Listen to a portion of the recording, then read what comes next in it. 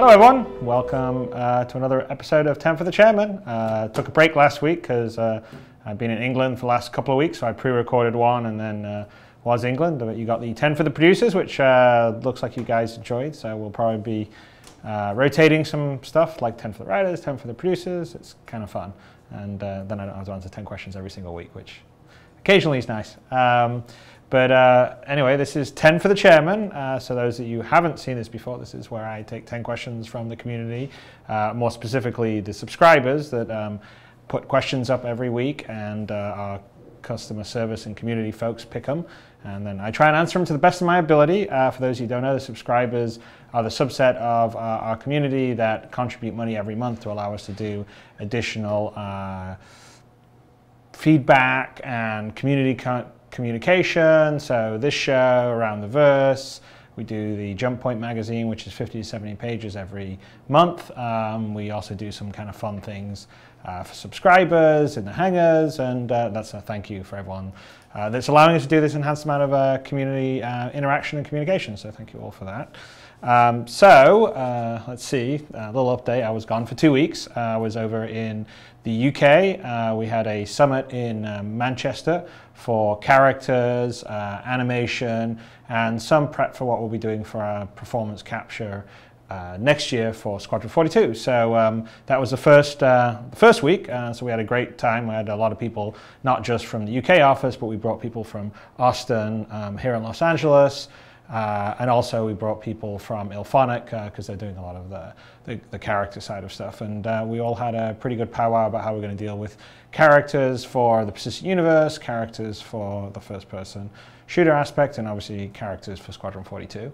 And then the following week I made a little side trip to Germany, but you'll find out about that probably sometime next year, or we can sort of make some fairly exciting announcements. But the following week, after the little side trip, went to London, where we were doing a test shoot for some of our performance capture that we're going to be doing for Squadron 42, and also picked up some motion capture stuff for the game in general. So we're going to do some very high-end performance capture to really try and get the emotion of the actors, and we're partnering with a company called Imaginarium in the UK, which is Andy Serkis's company. So he's quite famous for doing Gollum and more recently Planet of the Apes, and actually just did Star Wars, so that's his voice in the teaser. And they sort of specialize in the performance of motion capture, which is a whole other level of art. And so we're sort of partnering with them. We're actually going to be doing some R&D with them. They're big fans, and so it's actually quite fun to work with them. This is in addition to what we do internally, because we can do sort of basic motions and all the rest internally, but there's a whole level of sort of precision in the motion capture that they obviously have a fair amount of expertise in, and it's great to work with them. And also in the UK, we have a very nice situation because the UK government has recently instituted a tax subsidy for doing game development in the UK. So it's helping our UK office. It's one of the reasons why we're growing the UK office. And it's allowing us to use your dollars more efficiently, because in some ways the UK is actually one of our most economical studios, partly because of the support the British government's going. So thank you very much for the British government for helping make Star Citizen better. So anyway, had a great time. I think we'll have a sort of behind the scenes piece that we'll show down the road here about that. And expected to hear more updates about it, but it was a fun time. We were sort of prototyping some stuff that we'll be doing next year. So it's actually pretty cool, and we'll show you some stuff. But we can actually have CryEngine live and be driving real actors inside the CryEngine scene where we built with props, which is pretty awesome. So anyway, a lot of fun. So I came back, end of last week, and now I'm back here in the office, and we're just trying to close out 1.0 for you guys. So everyone's busily working really hard on that. Still some polish and still some bugs to get out of the way, but we're getting there. So hopefully you guys will like it. There'll certainly be a few more ships to fly, and some more weapons and some more missiles, and more of the ship system and heat and power management will be exposed. So I think you guys will like it. And lobbies should be working. Right now we're a bit touch and go on getting all the lobbies to work properly, but that should be working for you guys. So anyway, back here in sunny Los Angeles, although it was quite rainy when I was gone, but now it's become sunny again. So I should probably get to the questions. So the first question comes from Random Task, who asked, one of my favorite parts of Star Trek was watching the crew come up with interesting ways to use their non-combat equipment to trick, distract, disarm, or otherwise overcome more heavily armed or numerous opponents. That said, will science-oriented vessels like the Carrack be able to use their non-combat equipment in novel ways against aggressors beyond their standard applications? Well, that's a pretty good question. I mean, I think that we're definitely building in sort of the idea and the ability for you to sort of do electronic countermeasures. I mean, we have some certain ships in development where we're developing actually some specific systems for the bigger ships, the capital ships, to allow that to be like one of the things that you can do as crew. So I'm not so sure necessarily why it would be specifically those features would be necessary on the Carrack, although we are intending to make the bigger ships have a certain amount of equipment and modularity that you can plug in and use on the different ships. So I think we've announced that we're sort of wanting to do more modularity. Two of the ships that will be sort of prototyping that will be the Avenger and the Cutlass, which the UK studio is sort of heading up, putting that modularity stuff together, and they're actually doing some pretty cool stuff that we'll be pretty excited to show you.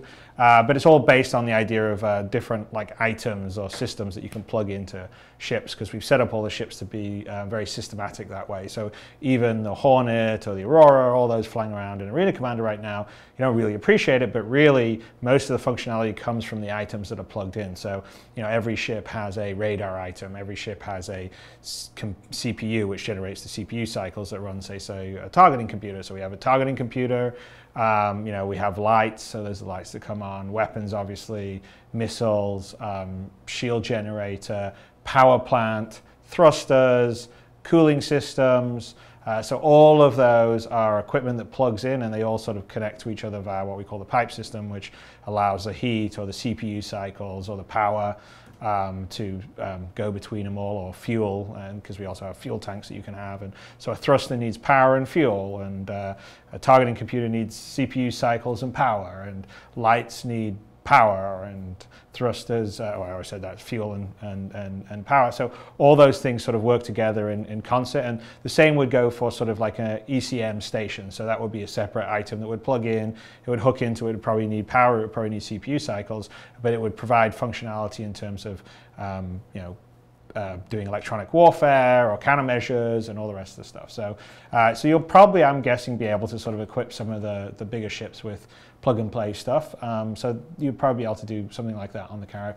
Although, I can't definitely say 100% right now that we have that, but the general systems are there, and we're planning on the modularity, so that's probably likely to be happening. And we're looking forward to sort of having a lot of different gameplay that revolves around sort of stealth. And in actually Arena Commander 1.0, when you guys get your hands on it, we run signatures now, and so you'll have your heat signature or your cross-section signature, your electromagnetic signature, and and those you can obscure by hiding behind an asteroid or turning down your power, and that will make it much harder for a radar to detect you or a missile to lock onto you. And so there'll be sort of extension of those sort of systems, and with electronic warfare, maybe you can sort of disrupt someone's systems and do all the rest of stuff. So I think it will allow a lot more sort of gameplay options besides just straight up combat, which I think will be pretty cool. Next question comes from Julian Delficki, who asks, what happens to your ship if you fail to navigate a jump point? Are you pulled out at an unknown system, location between two endpoints, or somewhere else? Good question. So I think we were sort of deciding that like several things could happen. One, that you could sort of get spit out at some random location. Second one would be that maybe you perish in the jump point. So it sort of would depend. I think it would depend on the kind of jump point. It would also depend on the turbulence in the jump point, and sort of whether there are places that make sense that would spit you out along the way. And if you did get spit out, you would potentially be quite beaten up and damaged. So that's our current plan and thought. Next question comes from Marco Fowles, who asks, will players be able to own and operate factories that produce alien tech, and how does a factory get founded? So I'm not sure, we're not 100% sure about alien tech. You'll definitely be able to own and operate factories. They'll be sort of limited in nature. So we sort of have a lot of the economic nodes, which essentially what you would consider a factory, would be AI controlled, and then say about 10% of them have the potential to be player owned, and those would what we'd be expecting players sort of later on in the game to own and maybe try and make a business out of, as opposed to doing other things like running around doing combat. And potentially that could be something that an organization could focus on. So they'll be available, and then over time during the game in the persistent universe, as things expand, like a planet itself, so you start to put a colony, and the colony starts to grow, then as the landing environment sort of grows, then there'll be more opportunity or slots available for, say, maybe an economic node. So as sort of locations grow, then there has potential for not just more AI stuff, but also potentially more player stuff. And when we're going through in the game, we'll probably take some planets that have been explored and start adding things to them, and just make the universe living, which is one of the goals that we have for it. All right, next question comes from Rex, who asks, will a comms officer be able to scan for and listen to other players' NPC ship-to-ship or EVA communications over various frequencies? Will it be possible to encrypt and hack communication signals? Yeah, so we're planning on sort of comms officers obviously being able to sort of hail and also be able to sort of maybe break protocol and perhaps eavesdrop on what, say, an opposing group or a team is going back and forth. So there would be kind of, I don't know what you want to call it, a mini game, but there would definitely be things that the communication officer would do other than just sort of opening up a comms channel. And so that would mean that there are probably different levels of sort of encryption in terms of the signals, and that would depends on your comm array and say the computer you have and all the rest of the stuff. So again, that's another example of sort of some of the more interesting gameplay elements you would get on sort of the bigger ships, which we're sort of focusing on. So when you and your friends are flying a bigger ship, there's things to do besides just pilot or besides just run a turret. Okay, next question comes from Stormfire962. Can you please tell what kind of tools will be available to organizations to help track expensive ship usage, supplies, missions, and so on? Well, we're definitely going to allow organizations to be able to pay its members for missions, be able to essentially tax or tithe its members for being part of the organization, so they can run that. Will allow an organization to have its own sort of bank account and financial stuff, and therefore probably there will be the ability for the organization, when that gets implemented, to be able to also sort of have common assets that the organization owns and would be able to sort of assign out or use for different players doing stuff. So that's all still sort of early days. Some stuff that's obviously going to be done on the website, and some stuff will be done in game. So the in-game organization stuff is not yet done yet. Our very first organization use of in-game stuff is the lobby system, which is coming in 1.0, which will continue to have expansion. And then when we get to the planet side module, which will be next year, sort of towards the beginning of it, that will allow you to invite other people to your hangar and do all that kind of stuff. It will be sort of the next stage up, but we're slowly sort of building in these kind of tools. So you should, as an organization, be able to manage organizations' money, pay people, require people to pay their fees, and then have some kind of property ownership that you can assign out. Okay, next question comes from Pendulum Effect. How do you foresee Snubfighters being deployed in capital ships? Will it be launch tubes similar to Battlestar Galactica, or do you have something else in mind? Pretty much, I think we don't necessarily have launch tubes on a lot of our ships, although there are sort of quick launch areas, say on a Bengal carrier and I believe on the Panther. But generally, most of the ships will fly off a flight deck and essentially hover up and fly out that way. On the quick launch ones, we potentially could put them on rails and they could fly out, which is kind of similar to Battlestar Galactica. Although it's not really so much about Snubfighters. That would be just about the fighters like a Hornet or a Gladius or something like that. Okay, next question comes from Kantara, who asks, how much interaction can we expect from the AI in the persistent universe? Will AI on my ship or planet side come up to me and start a conversation, or tell me something important, or will players need to approach every AI in order to ask a question or interact with?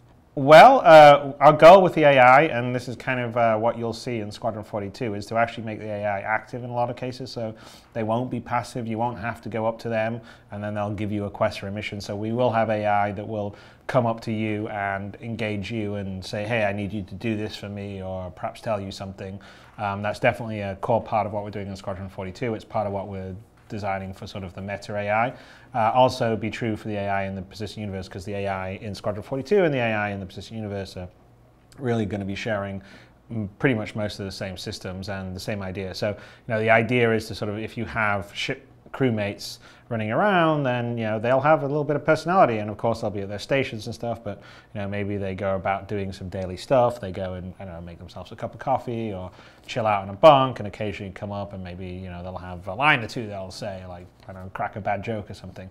If there's sort of script-based or mission-based AI, maybe they'll seek you out when you're down on a planet and say, hey, I've got a mission for you and stuff like that. So the idea with the AI is to make them sort of feel a bit more real and alive, not just be sort of a passive, like, conversation static tree, which in a lot of games you kind of see where you go up to someone standing in a location, they rooted to a spot, and then you ask them the questions and they say, oh, I have a mission for you. So we're trying to make our AI more dynamic than that. So it should be pretty cool, and like I said, Squadron 42 will be sort of the first proving ground for that, because we're trying to build a living environment when you're aboard the various ships you're on. So it's an Idris Corvette or a Panther escort carrier or a Bengal later on. All those ships, the crew goes about their daily life, and they'll come up to you and talk to you, or you can talk to them, and it should be a level above anything that's I've done in my games before. So hopefully it'll be cool.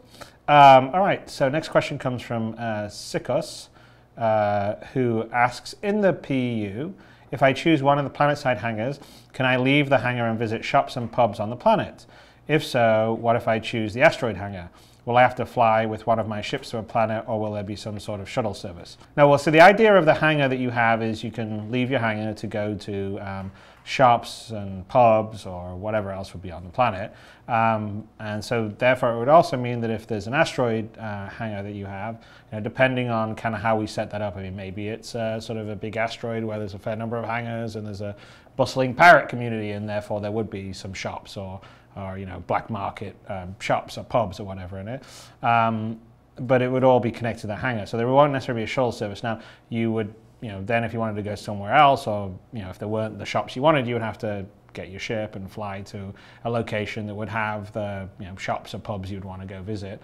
Depending on the location, not all of them, but we said that we announced a goal of stretch goals, so there will be some level of public transportation, so to speak, between planets, although you'd probably book passage on a Star Cruiser or whatever, although I can't necessarily promise a lot of that will be going between like a pirate outfit and regular sort of UEE planet, because obviously that wouldn't make so much sense. But that's kind of how it should work.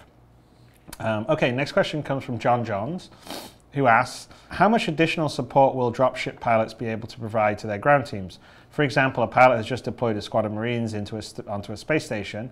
Will the pilot be able to assist the strike force with an additional pair of eyes by monitoring their motion sensors, vital signs, helmet cams, etc.?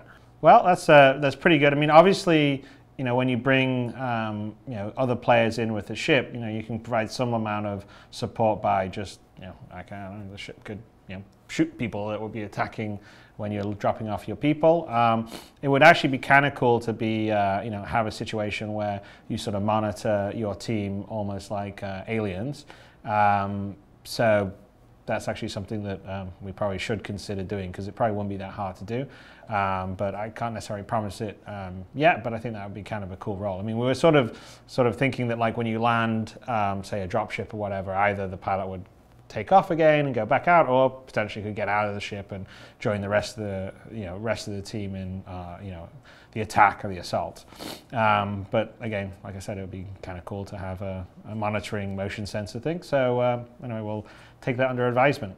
Okay, last question comes from Dra Cheer, who asks, once Squadron 42 is complete and out the door and the persistent universe up and running, are there any plans to work on other single-player campaigns, maybe something non-military, or maybe play as a member of an alien species? So yes, definitely. So we're planning long-term to continue to do single sort of player story content for people, because I think that's something that a lot of people like and want, and allows you to sort of have fun with narrative in a way that you can't necessarily do in sort of an open sandbox.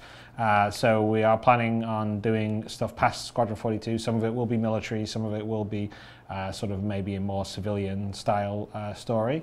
So we haven't fully decided exactly what the storylines with that will be, but we're definitely planning to sort of after we've got Squadron 42 out and the Persistent Universe, we're planning to sort of do ongoing content creation, both for the Persistent Universe and for single player content. So hopefully enough of you like what you're playing and you know, enough new people are joining us that it will allow us to sort of do that at the sort of quality level that we're doing it now, because I think that'd be really cool.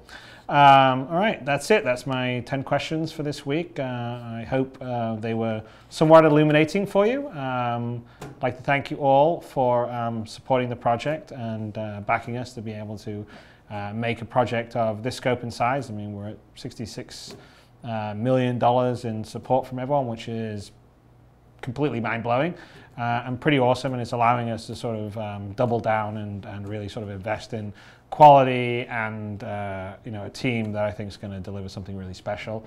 Like I said, we have some things that I'll later on down the road be able to talk about, but you know, we're really sort of strengthening the quality of and the capability of the team due entirely to your support to allow us to make sure that we're ensuring the future of Star Citizen for a long time to come. So thank you all for that, and I will see you next week. Goodbye.